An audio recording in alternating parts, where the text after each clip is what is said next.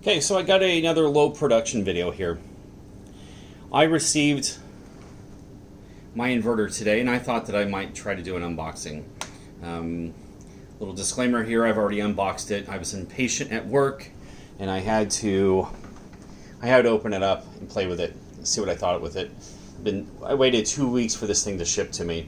The distributor kept blaming the COVID for the delay. I suspect that in reality this shipped from China, and they just made it look like it came from California, which is why it took 2 weeks. I don't know, I could be wrong. Their English wasn't the best, but nonetheless, here it is. I'm going to try to do better to make shorter videos. I've watched some videos here recently of other folks that were very specific the videos were meant to be very specific to a specific topic, and they kept rattling on about nonsense, which is what I'm doing right now. So I'm going to try to get to the point. I'm going to show the unboxing of this item, and then I'm going to set it up real quick, and then I'm just going to do a couple of demonstrations. Just play around with it for a little bit. So this is an Edecoa, if I'm saying that right, Edecoa pure sine wave inverter. That's what everybody calls these, is pure sine wave inverters. I tore the box up. I couldn't rip the label off. I did not want my information on the side of the box displayed for the world to see. But I did want to display the box because this information, I don't think it was on the website. For example, this has a model number of DPP35. I've not seen that anywhere before. I could have missed it. Output power. Input 12 volts. This one's uncommon. From what I've seen, this one's uncommon to have such high output with such low input, low voltage input, and still be pure sine wave. Name power inverter, model DPP35. Manufacturer Dong, Guangchong, Taiwan, Electrical Technology Co., blah, blah, blah. Address 5th floor, blah, blah, blah. Blah, blah, blah, blah, blah. We can get a phone number. Email address. Manufacture date? So it's got to be December 15th of 2019, so this is not that old, right? Maybe. So we got a little more information down here.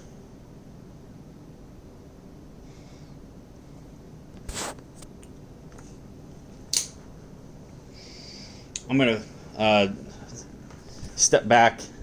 My apologies for the mess. Like always, I'm in the middle of 5,000 projects. And because of that, nothing ever gets done. Every once in a while, something gets done. There's no markings on this end of the box. That side of the box has the same markings as this. And the bottom has nothing. So let's go ahead and open it up. Well, I guess we've already cut it open.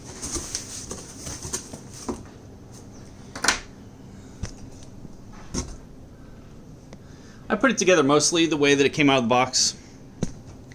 I thought this was kind of handy.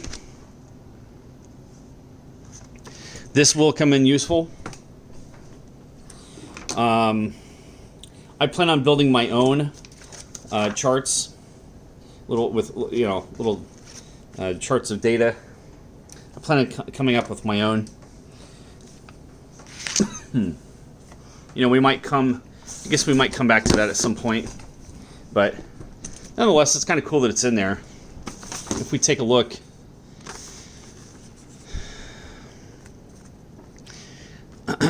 The blue is 12 volts, and the green is 24, which is weird that they would shove this in here, because this is not a 24 volt inverter. And this one starts at 300, 36 amp hour battery, up to 300 amp hour to 2500 watts. This is 80 amp hours, 600 watts, so on and so forth. I'll have to look more closely to see if there's a pattern behind the data that they're giving us. You know, what's the significance of these battery numbers, and why are they different from this side?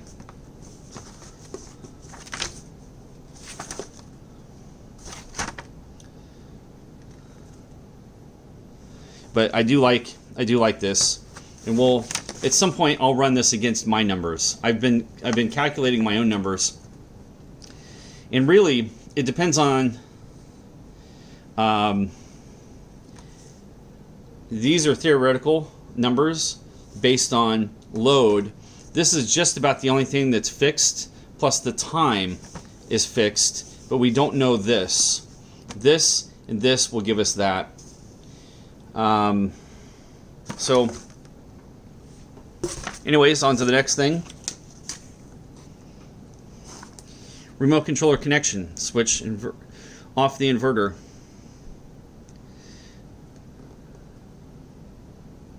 Press the switch on the remote control to turn off and on. So it looks like there's a little control panel, and I did have it hooked up. I don't understand the point of it, and some of these pictures do not match this inverter. It may not be super relevant. And then here's the manual.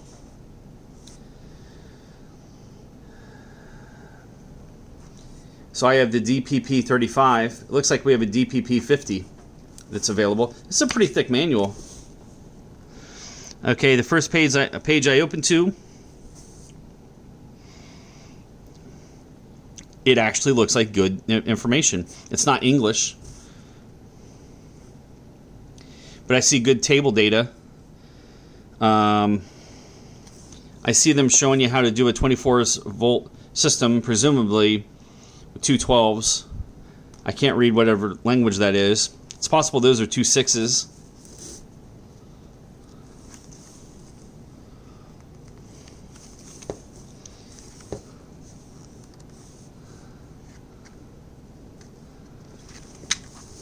And one of the main reasons I bought this inverter is so that I could actually run my sensitive electronics. That was the plan. I had a TV fail. You know what? I'm going off topic. I don't know if that's super relevant. See, this is a pure sine wave inverter, and the modified sine wave inverter that I have, which is right there, that big one there. It's shortly after hooking up that big TV, 65-inch LED Smart 3D TV that I paid like $2,000 for back in 2013. Shortly after plugging it in to the inverter, and it made a buzzing sound right away. So I didn't use it very long, just a couple minutes. I thought the sound was coming from the speakers of my surround sound system, but as it turns out, they might have been coming from that and the TV, and or just the TV. The TV was definitely involved at some point, somehow. And then a few weeks or a month later, that TV failed, and I was able to, I hadn't had it that long. It was so young, I'd owned it for such a short amount of time that I was able to take it back to Sam's Club and return it and exchange it for another one. But I bought the extended warranty on top of it, but it's since been expired. That's a 7-year-old TV, I guess, at this point. You don't pay $2,000 for TVs these days. At least, well, not everyone does anyways. So, all right. I didn't coil these up because these, pardon me, these, damn it. These are your power cables, and they were going to be a nightmare to coil those back up. So I just kind of did one of these. Let's see what gauge wire that is.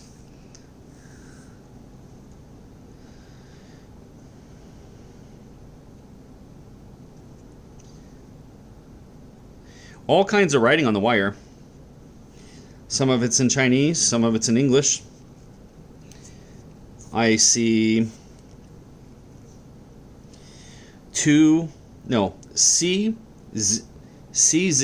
ZC, sorry, dash BVR 450/750V.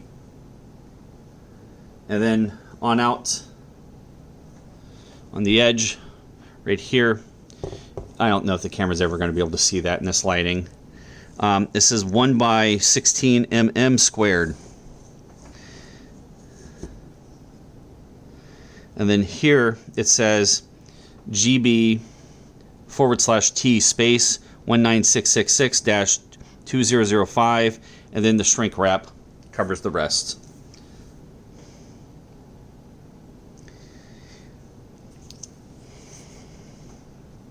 And they've got 2 cables here. I could tell you that one cable, I still need to learn my cable thicknesses. I could tell you that this is a 2-gauge cable, and maybe it'd be better if I showed you against the black one. They're not even really that close. I would say the 2-gauge is almost twice as big as whatever this is. So maybe it's a 4. I don't know how.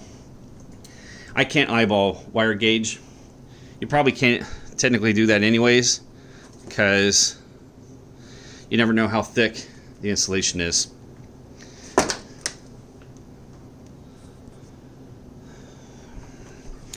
I guess I could show these. These seem to be crimped on pretty good. I will say that this hole is smaller than that hole. Let me check what I'm working with over here. I'm going to put the smaller one here. It works. Put the smaller one here. It works. So we're going to be able to hook it up right away and begin testing right away. By the way, I do have a solar system rigged up out in the yard, and it is charging this battery as we speak, but it is 7:30 and cloudy. We're getting less than an amp, like 800 milliamp. We're getting 0.8 of an amp. Okay, so it's 0.8 amps. In case I'm saying that wrong. Like I said, been a long day, been a long week. I'm also having a hard time breathing, so I took medication for my breathing, and it's got me feeling a little weird. So anyways, moving on. Here's the positive cable. Of course, it's jammed in there pretty good. It's the exact same thing, just red. So moving on. We have a box of goodies. We're going to get to that box of goodies in a second when we get this big box out of the way. We have another box of goodies. Same thing. We'll get to these when we get this out of the box and out of the way. We have this display. This was wrapped up nice and neat somehow, but I don't remember how it was. It was probably in one of these boxes right here.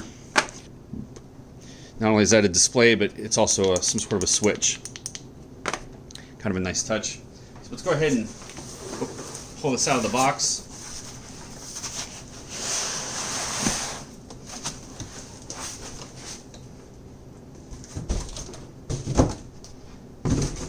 Kick the box out of the way. I'll be right back. Okay, I am back. Just take this off. Take these off.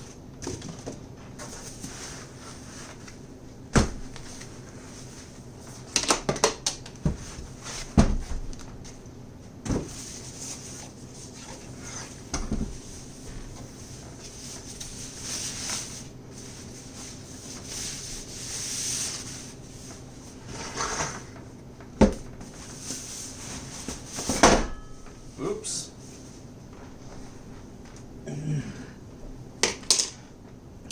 Okay, so there's the star of the show.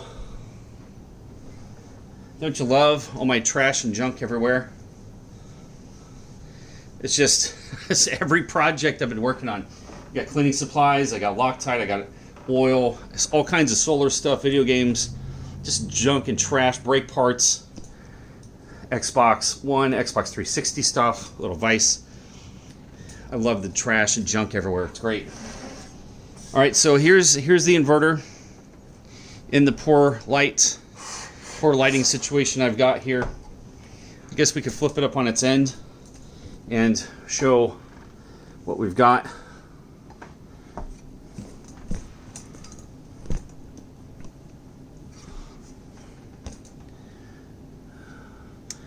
One, two, three, four outlets.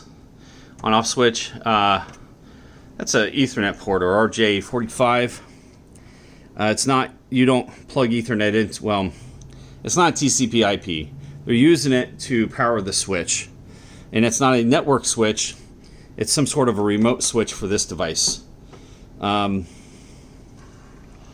got work, air. I don't know what any of this is. There's a nice display here, believe it or not. It tells you your amperage output, which is useful. It's kind of cool. All right. We also have this, and I don't know exactly what this is for, but I believe, now don't quote me on this, but I believe you might be able to use this to connect directly to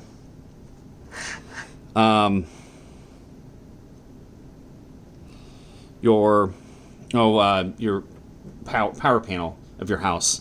So do not quote me on that. I do see right here it says 600 volts, 45 amps. That would, I don't know what that even really means. Those are great big cables.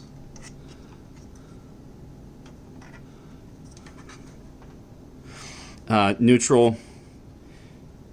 I don't know what these are. I believe N is neutral, that's ground. I don't know what L means. We'll just put this back on for now. So I was excited to experiment around with a pure sine wave inverter. So even if this doesn't, I can't power my house with this, I don't care. I think that it's good to have multiple inverters, and it's good to experiment. And I'm starting at the bottom and working my way up. It's kind of how I see it. I suppose some people would call this inverter not a starter inverter, but something that's really nice and expensive. And then some people might call it a piece of junk, a Chinese piece of junk. I guess it's all relative. I've seen enough content on YouTube and the internet about these to believe I was probably in good shape with it. So I'm going to go ahead and read that through the display, see what that is. Looks like it's just contact information. I guess we do have some model information down here. Again, receiving department. This did come from Kentucky.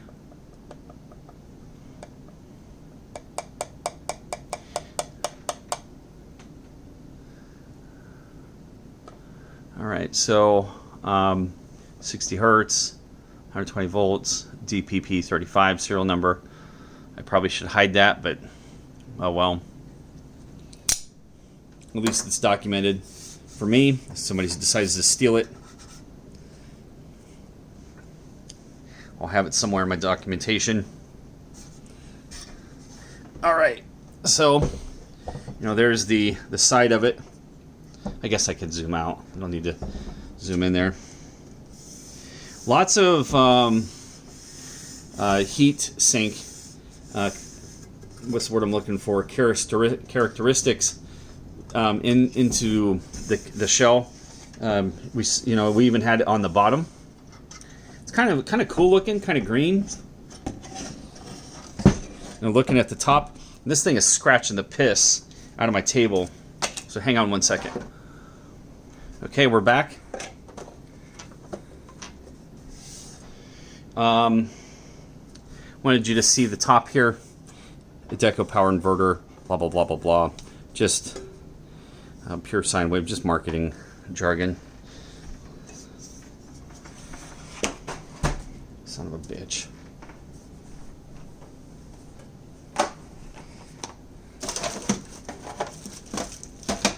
You know, it's first world problems, I guess, when your house is too small for all your junk. I got stuff falling off the table.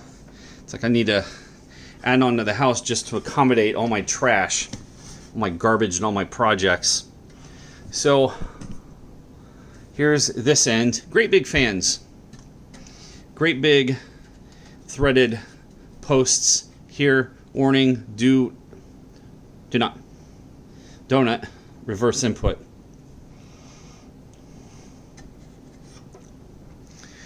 And that's it. The one side is the same as the other, from what I can tell. I'll double check. Sometimes they put little ground posts on the side. No, there is none. So that's the inverter. It's kind of awkward, kind of heavy. If you give me 1 second, I'll get some dimensions.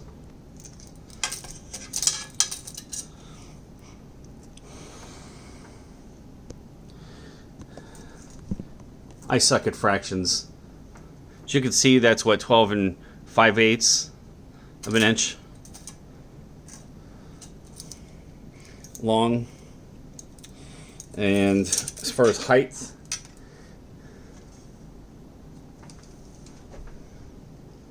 six and 3/4. I'm measuring from the table to the very top edge here. Now for the width, I'm going to go with the fattest point. Looks like we're relatively flat on both sides as far as our widest point is concerned. 9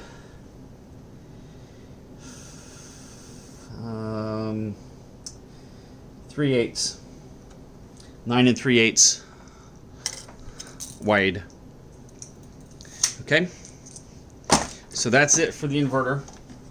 Let's look at the goodies in the bag. There isn't much in these little boxes. There's not a whole lot there. We've got, as we talked about, we've got the Ethernet and its switch. We're going to go ahead and plug that in.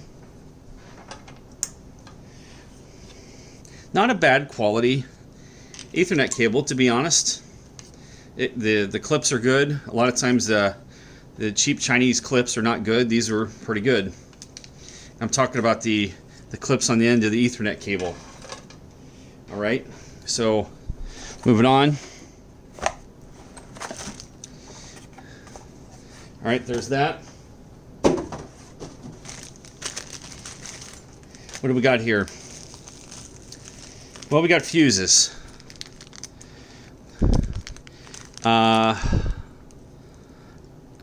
They're white or translucent, and they're 25 amps, and there's 1, 2, 3, 4, 5. There's too many. There's like 10 of them or 12 of them. There's a bunch of them in here. I don't know why. I don't even see where they would go. I wonder if they expect you to open this thing up to change fuses on the inside. All right. Here is a washer. All right. And I'm guessing the washer is for this guy. And we got another washer, presumably for the other one, the other side. We also got a wrench. And I don't know what these little guys are. There's 2 of them. They're just plastic.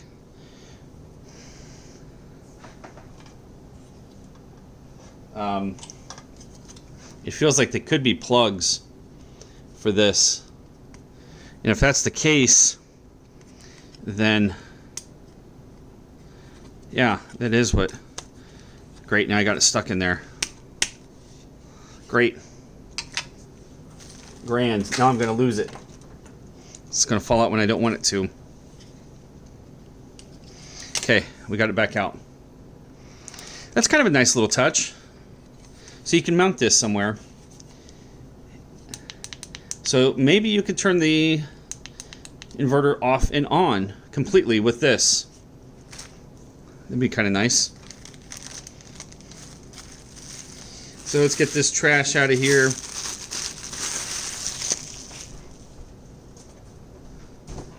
I am going to show this thing operational. It won't, there's not going to be a whole lot to that. You can see this is what the power cables came in, I think.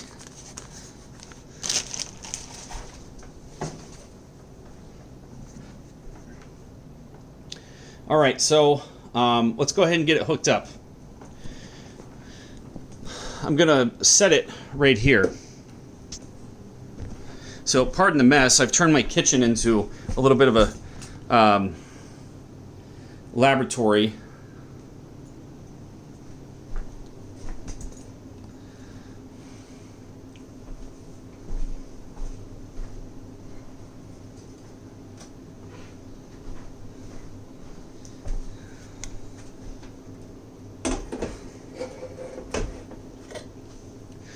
One more piece of equipment.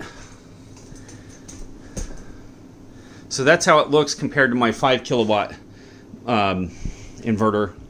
And you know, if I was to line the back up, this is a Syntec 5K 5-10K inverter.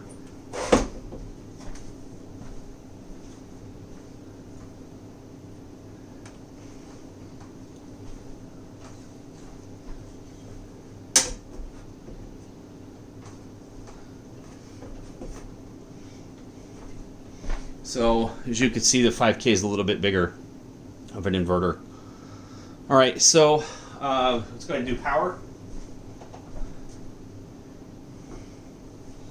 Maybe I should show the camera how I'm doing power.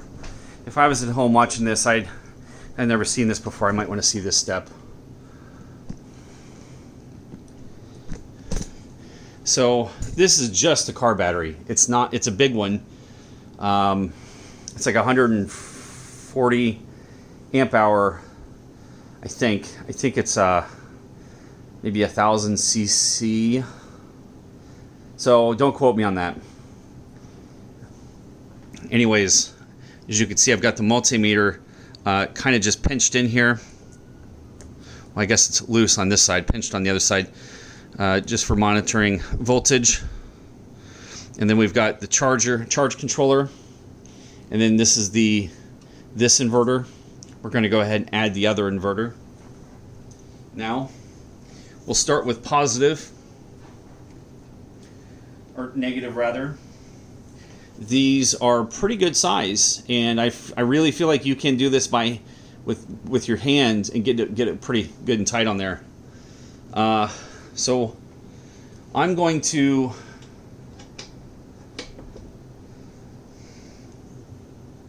do this.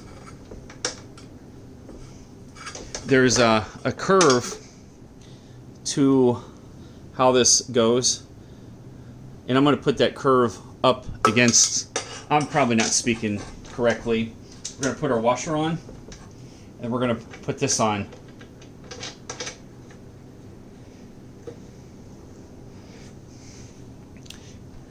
And then I'm going to come over to our negative over here.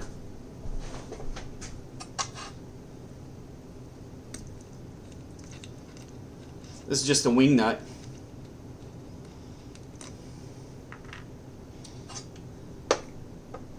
Very stiff cables. Let's do something like this.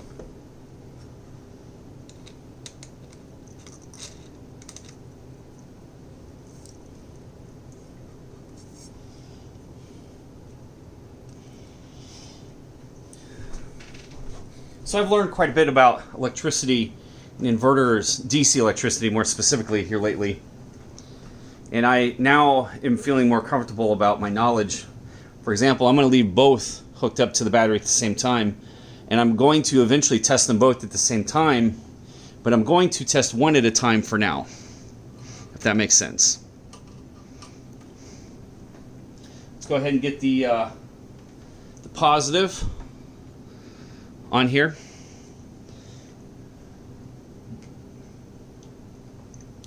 Same thing.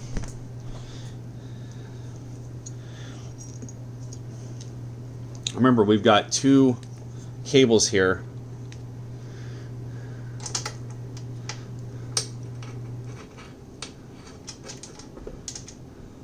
We got that weird curve. I might be doing it wrong. I don't know. That maybe it would work better if I had it come out the other way. I kind of doubt it though. So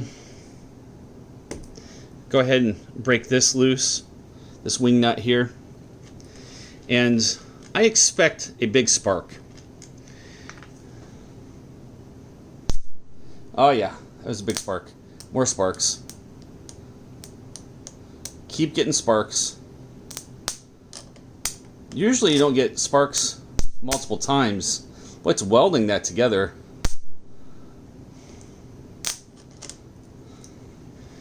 Huh.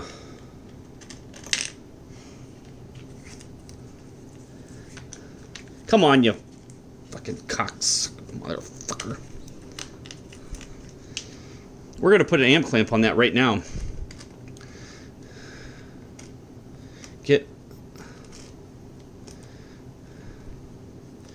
I do not like having both of these set up in a way that I can't quickly remove them from the battery. If I'm, right now, if I want to remove one inverter from the battery, the other one has to get disconnected. Not a big fan of that. Why does that feel so damn loose? That's going to have to be good enough. So there we are. It was on. That was probably why it kept sparking. I didn't think I had it on. Let's go and put the amp clamp on it right now. So let's turn the amp clamp on. Switch it to DC. I don't know how to calibrate this thing. I just got it. But that's good enough for me. Let's go ahead and plug this in. Not plug it in, but connect it.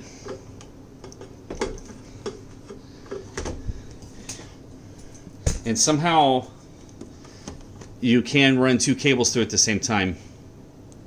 So as you can see, 5.5, that's 500 milliamp or 5300, 530 milliamp.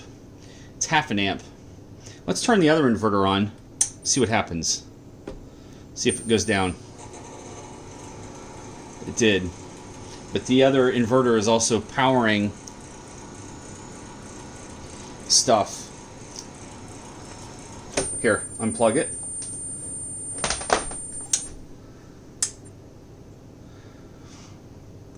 I just want to see if having the other inverter plugged in made a difference. So this is kind of nice because having this up here, this display, I've been having to use this kilowatt meter to show me my volts, amps, and so on. And this one has it built in, so it's kind of nice. And that's another limitation, is with this, I can only do one plug at a time unless I use a power strip. Presumably this shows everything. It's showing 12.2 volts. No, I'm sorry. That's 122 out. Let's see, at 60 hertz. Temperature of something. 12.3 volts in. I've got meters set up over here.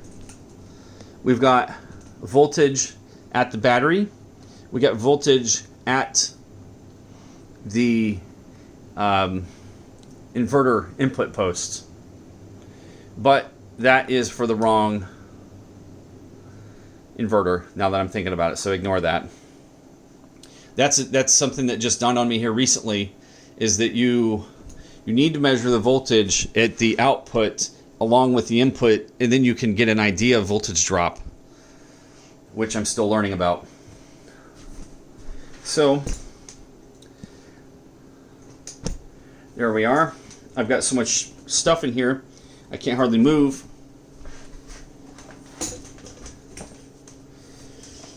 We're going to do a quick demonstration.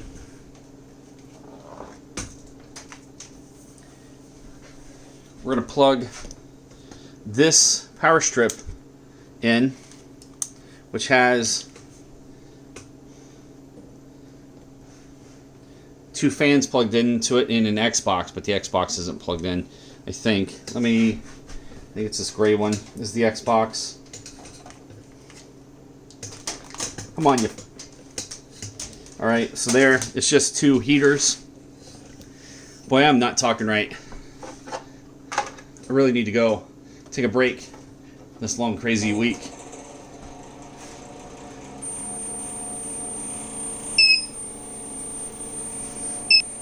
Okay, here's something I'm liking. 106 volts, 15.4 amps. We got a nice audible beep. Right? Voltage drop here, which is good. We've got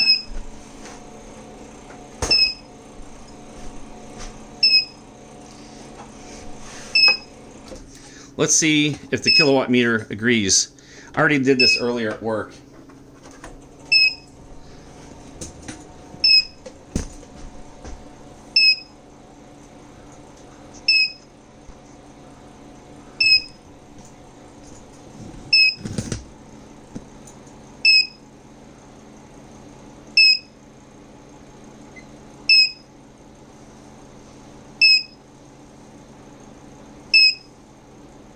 A little bit of variance, and it just shut off.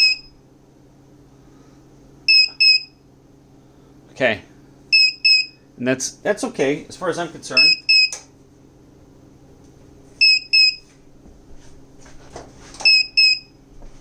Let's go and turn it off. Turn it back on, and see what we're looking at. Still got some sort of a warning sign there. Now maybe we're good to go. All right, so that was a relatively big load. I don't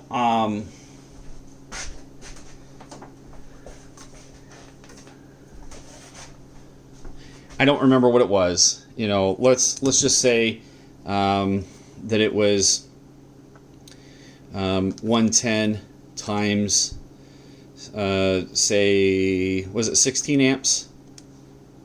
So, I don't know if that was right. So, this battery is low. The state that I've been trying to put this in last night and today was I was trying to discharge it and learn about its charge-discharge cycles. I realize it's not deep cycle, so it's not supposedly not made to behave that way, but I don't care. It's an extra battery. I've had it for a few years, and I bought it specifically because it was the biggest battery I could buy at an automotive store in a pinch, because we didn't have power up at a shop, and we needed lights, and we needed to work on a few projects that required electricity. A storm came through, knocked the power out, and we had to get something done.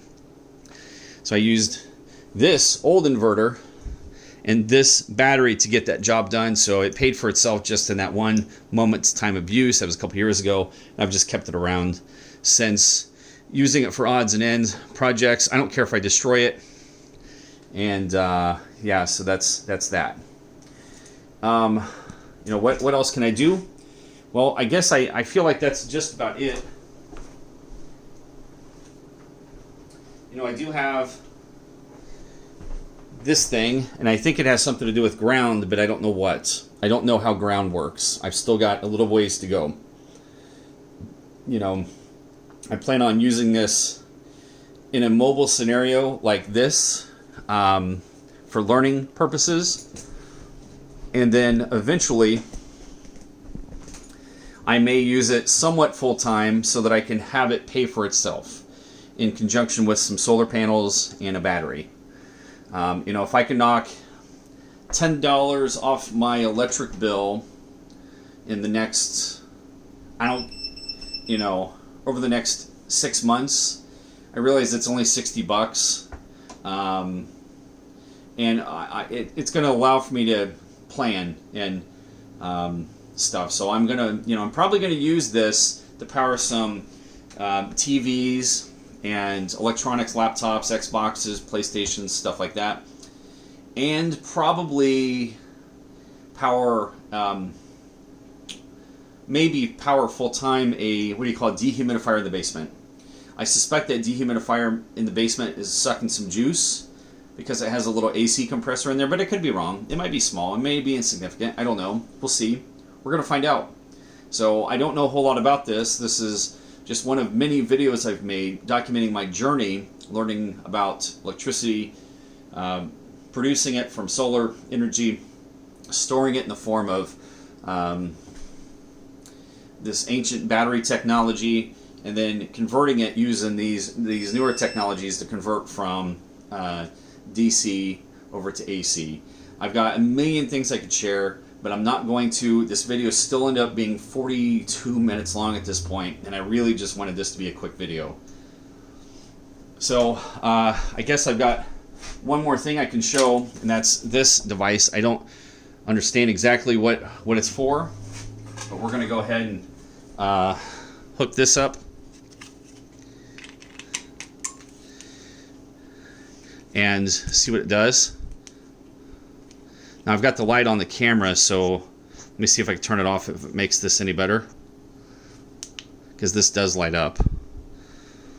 Now I'm going to turn the inverter off and see if we can turn it on with the switch. So it is now off, but this is lit up. Oh, that's nice. I like that. Let's see if we can turn it off. Yes, we can. That's a nice touch. I do like that. It's also got your battery meter. I guess I can zero in on that display. Maybe, no, I already did this, didn't I? I don't think I went into great detail.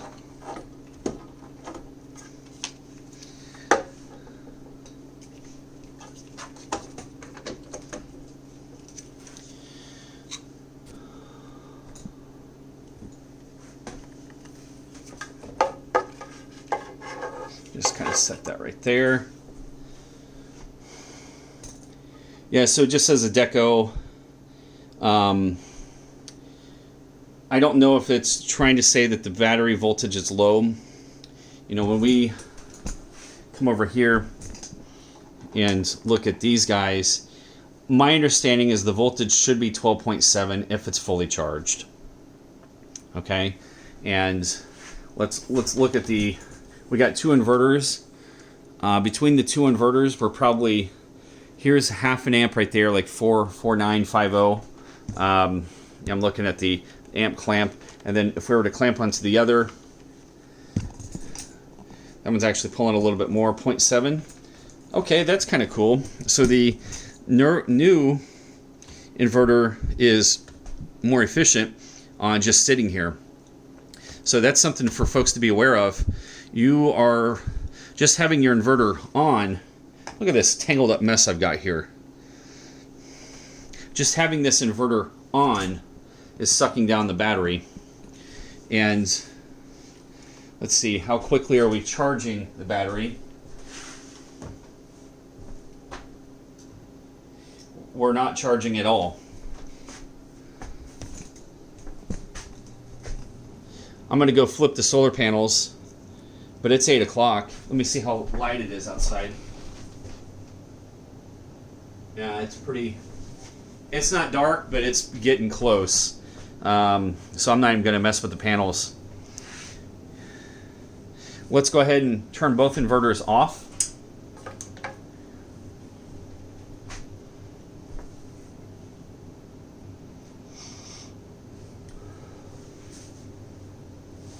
Okay, so there we are. We got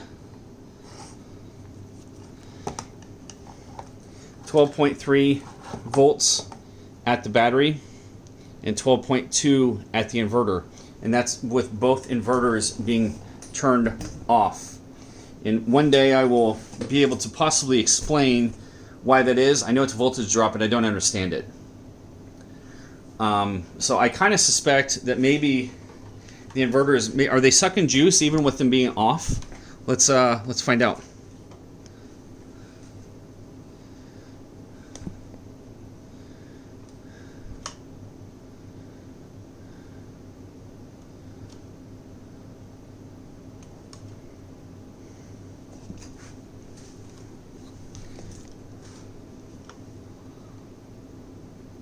This is the old inverter.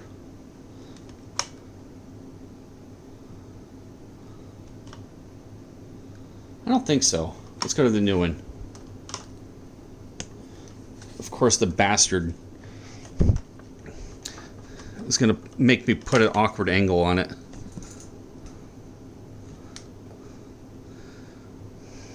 I don't think so either.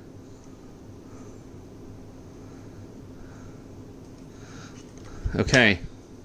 All right. That's all I got. I think that's pretty good. 46 minutes for a video that was really just meant to be an unboxing and just kind of show off the inverter a little bit.